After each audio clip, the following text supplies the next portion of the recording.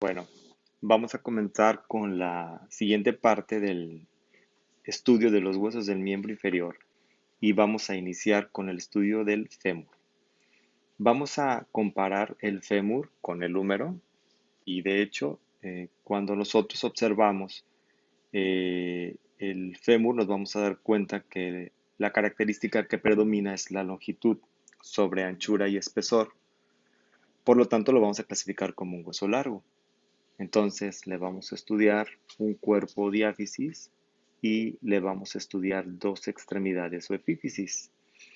Vamos a recordar que utilizamos el término de epífisis o extremidad superior y extremidad inferior. Podemos utilizar también el término de proximal, a la que se encuentra más próxima al sitio de implantación del fémur a la pelvis, y distal para la extremidad que se encuentra más alejada del sitio de implantación. Entonces, vamos a estudiar una extremidad superior de la cual vamos a identificar los siguientes elementos, muy parecido a lo que vamos a estudiar en el húmero.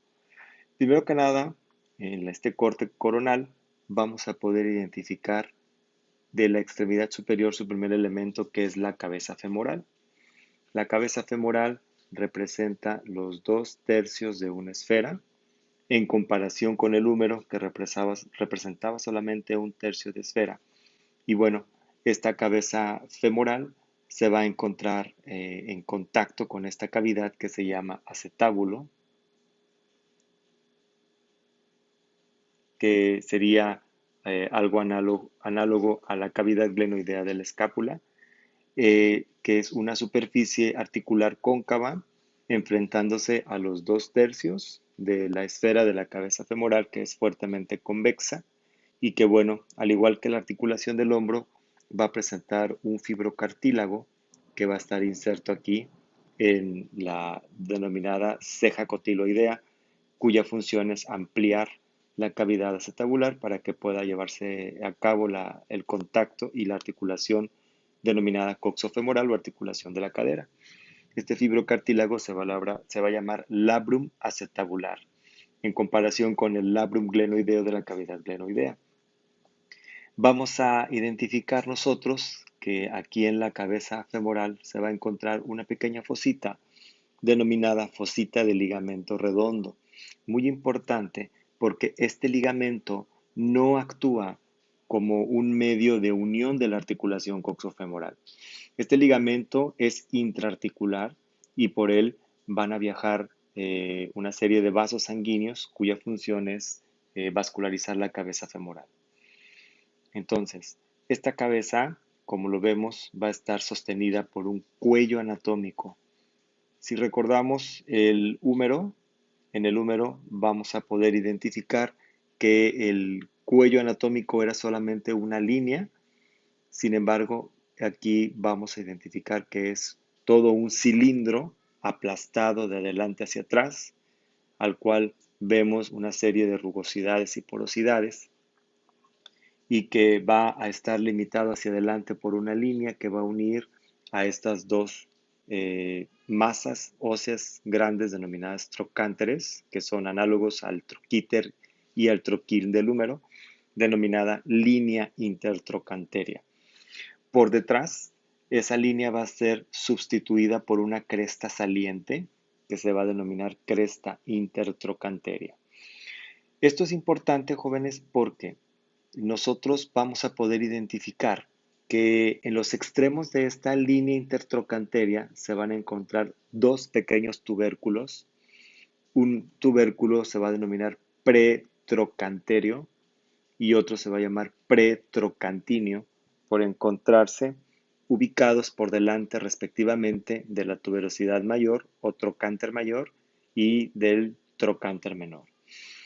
Esos puntos que mencionamos, estos dos tubérculos unidos por esta línea intertrocanteria, me representan la inserción anterior de la cápsula articular de la articulación de la cadera, y los tubérculos pretrocanterio y pretrocantíneo me representan la inserción de dos ligamentos extendidos desde la espina ilíaca anteroinferior hacia estos tubérculos correspondientes llamados ilio pretrocanterio e ilio pretrocantilio. Si nos vamos nosotros a una vista posterior, vamos a identificar que 2/3 partes del cuello anatómico son intraarticulares y el tercio lateral restante es extraarticular. Muy importante porque sobre de este tercio que es extraarticular, pues se van a deslizar eh, 4 músculos denominados obturadores, que sería el obturador externo y el obturador interno, y 2 músculos llamados gemelos, o también llamado géminos, que se va a llamar gemelo superior y gemelo inferior. Entonces, ese tercio lateral del cuello anatómico en su cara posterior no está cubierto de cápsula articular y sirve para que se deslicen estos 4 músculos que van en dirección al trocánter mayor. Vamos a identificar ahora nosotros también el trocánter mayor. Este trocánter mayor, que es análogo al troquín, vamos a poder observar que va a presentar la inserción de varios músculos. Si nosotros observamos esta vista lateral de la región glútea, vamos a identificar que este es el sacro, por lo tanto esto es posterior, esto es anterior, donde se encuentra la región femoral y del triángulo de Scarpa. Aquí logramos identificar la cresta ilíaca y pues nuestro protagonista, que sería el trocánter mayor, que es este cuadrito de aquí. En el trocánter mayor se van a insertar varios músculos. Vamos a identificar que en su borde anterior se inserta este músculo que se llama glúteo menor. Sobre su cara lateral o cara externa se inserta este músculo que se llama glúteo mayor. Anótenlo. Estos músculos glúteos son análogos al deltoides del miembro superior. En el borde superior se va a insertar este músculo que viene desde la región intrapélvica, denominado piramidal de la pelvis o piriforme. En su cara interna vamos a encontrar estos músculos que acabamos de mencionar hace un momento, que son el gemelo superior, el músculo obturador interno y el músculo obturador externo, que en esta vista no se alcanza a observar, y el músculo gemelo inferior. 4 músculos insertos en la cara medial del trocánter mayor, donde se va a encontrar una pequeña fosita que se va a llamar así, fosita trocantérica. ¿Sí? Antiguamente también llamada fosita digital. Y vamos a poder identificar nosotros también en el borde posterior del trocánter mayor y en la cresta intertrocanteria un músculo llamado cuadrado femoral, o también en ediciones antiguas llamado cuadrado de la coxa. Entonces, estos músculos son los músculos que se encuentran insertos en el trocánter mayor, como les comento, que es análogo al troquíter del miembro superior. Vamos a ver ahora nosotros que en el trocánter menor solamente se va a insertar un músculo. El músculo que se va a insertar en el trocánter menor es el músculo iliopsoas.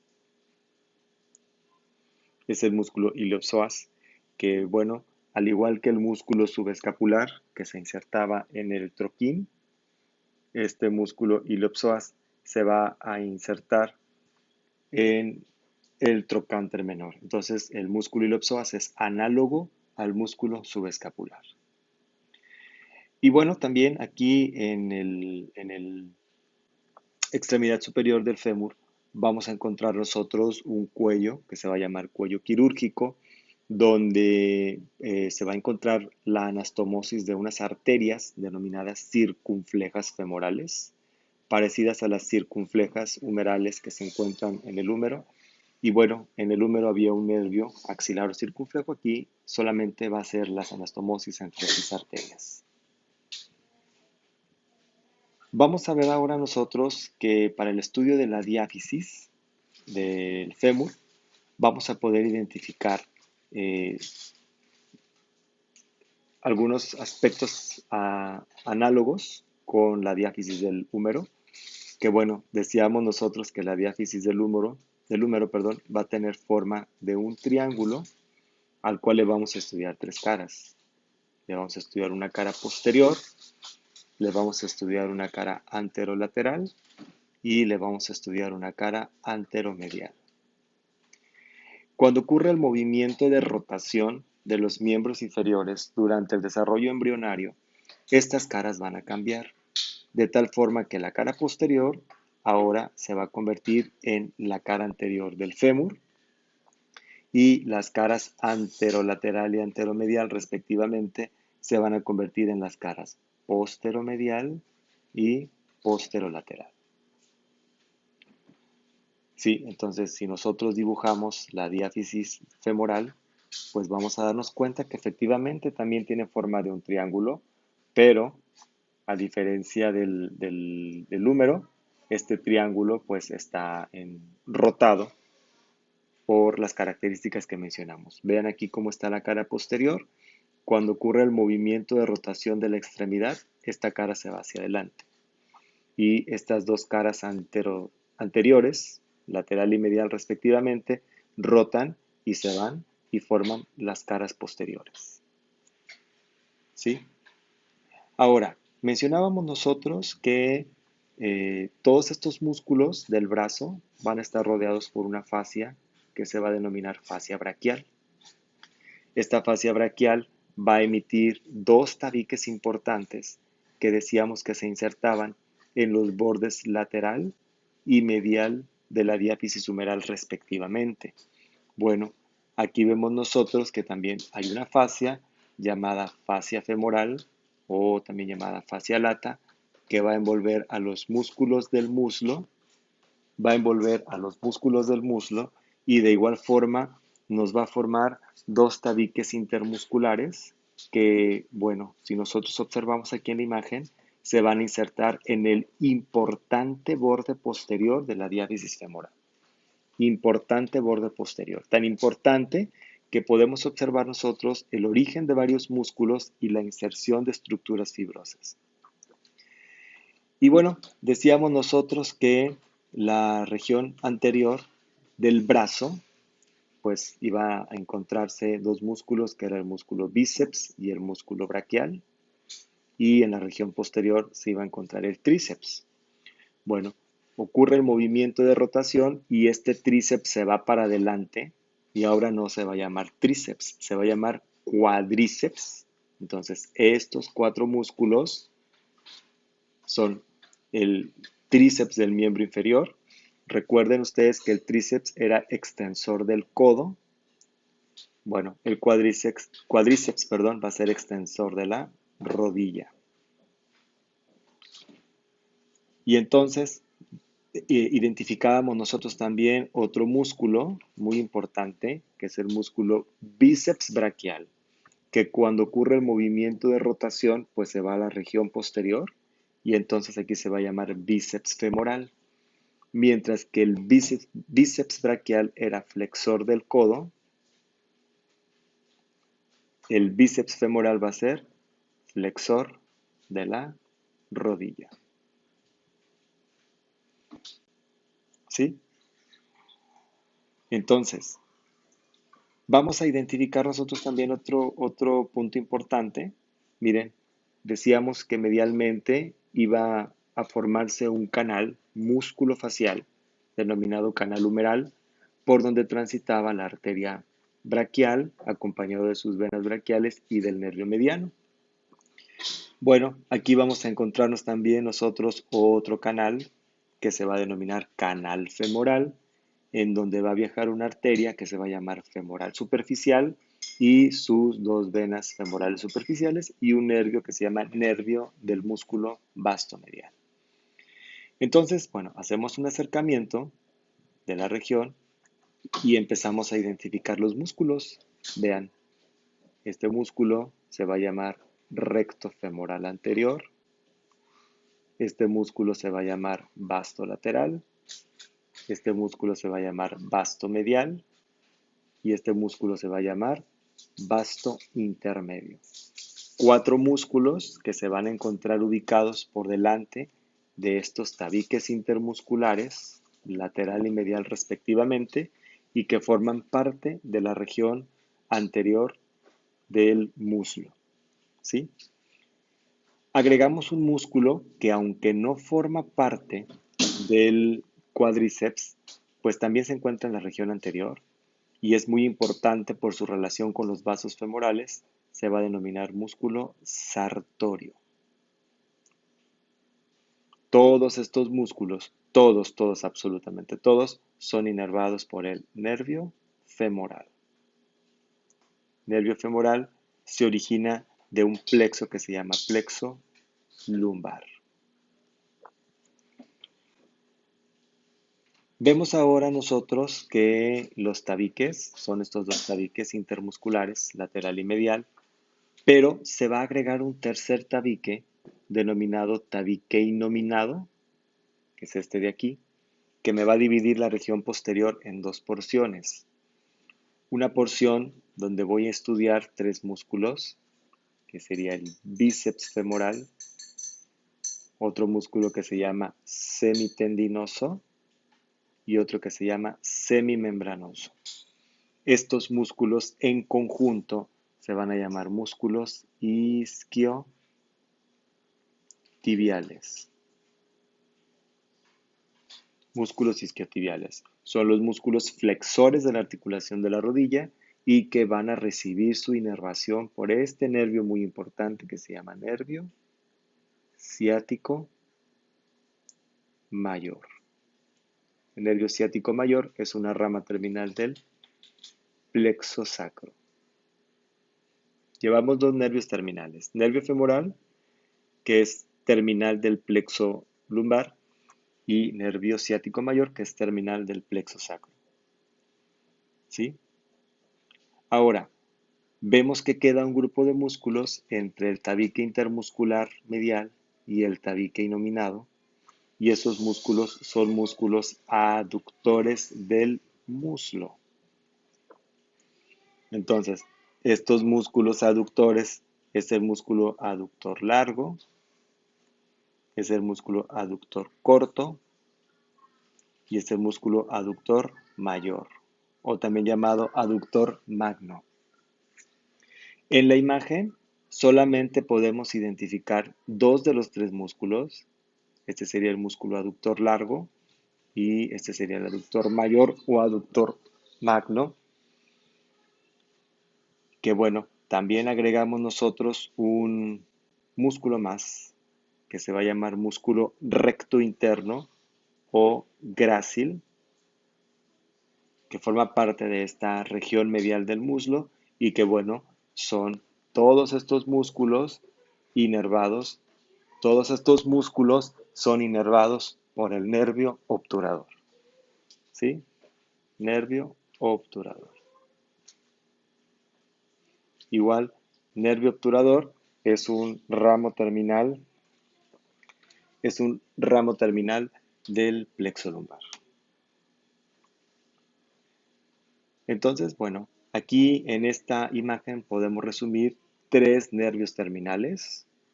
Adelante, nervio femoral, atrás, nervio ciático mayor y medialmente el nervio obturador. Podemos deducir entonces que la diáfisis femoral pues, va a presentar rugosidades para la inserción, para el origen, perdón, de este músculo que se llama vasto intermedio y pues podemos identificar que el músculo vasto lateral y vasto medial toman sus orígenes en la línea áspera del fémur o borde posterior. Esta línea áspera es un poco más compleja porque si observamos nosotros esta imagen, nos vamos a dar cuenta que esta línea áspera hacia arriba se va a dividir en tres líneas. Se va a dividir en esta, se va a dividir en esta y se va a dividir en esta. ¿Sí? Esta cresta que le vamos a poner número 1 se va a llamar cresta del glúteo mayor. O incluso autores le llaman tuberosidad glútea, porque ahí toma sus inserciones los fascículos profundos del músculo glúteo mayor. Tenemos una línea que vamos a poner aquí como número 2. Esa línea señalada con el número 2 se va a llamar cresta pectínea para la inserción del músculo pectíneo, que es uno de los músculos que forma parte del piso del triángulo de Scarpa. Y la que vamos a señalar con el número 3 le vamos a llamar cresta del vasto medial, para la inserción, perdón, para el origen de un músculo del cuádriceps que se llama vasto medial. Si nos vamos hacia abajo, nos vamos a dar cuenta que esta línea áspera se va a bifurcar. Esta línea áspera se va a bifurcar y nos va a formar una superficie muy importante que se va a llamar superficie poplítea. Esta superficie poplítea es análoga a la fosa del codo que estudiamos en el miembro superior. Sí, es análoga a la fosa del codo que estudiamos en el miembro superior. Ahora sí, nos vamos a estudiar nosotros la extremidad inferior del fémur y nos vamos a encontrar que se encuentran los cóndilos femorales. Estos cóndilos femorales van a tener una superficie articular y una superficie no articular. ¿Por qué llamamos superficie articular? Bueno, señalamos, son dos. Esta de aquí se va a llamar tróclea femoral y esta tróclea femoral se articula con la cara posterior de la rótula y nos va a formar una articulación que se va a llamar articulación fémoro-rotuliana. ¿Sí? Articulación fémoro-rotuliana. Es una articulación móvil, diartrosis, tipo troclear.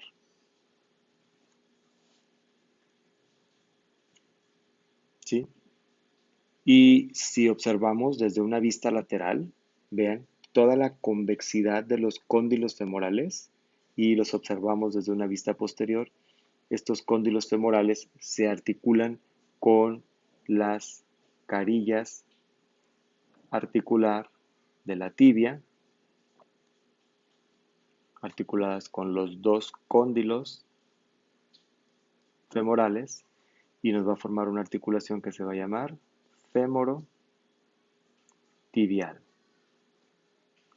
Esta articulación femorotibial es una articulación de artrosis, es una articulación móvil, va a ser tipo bicondilia. Por lo tanto, podemos deducir que la articulación de la rodilla está formada por dos articulaciones, femoro-rotuliana y femoro-tibial.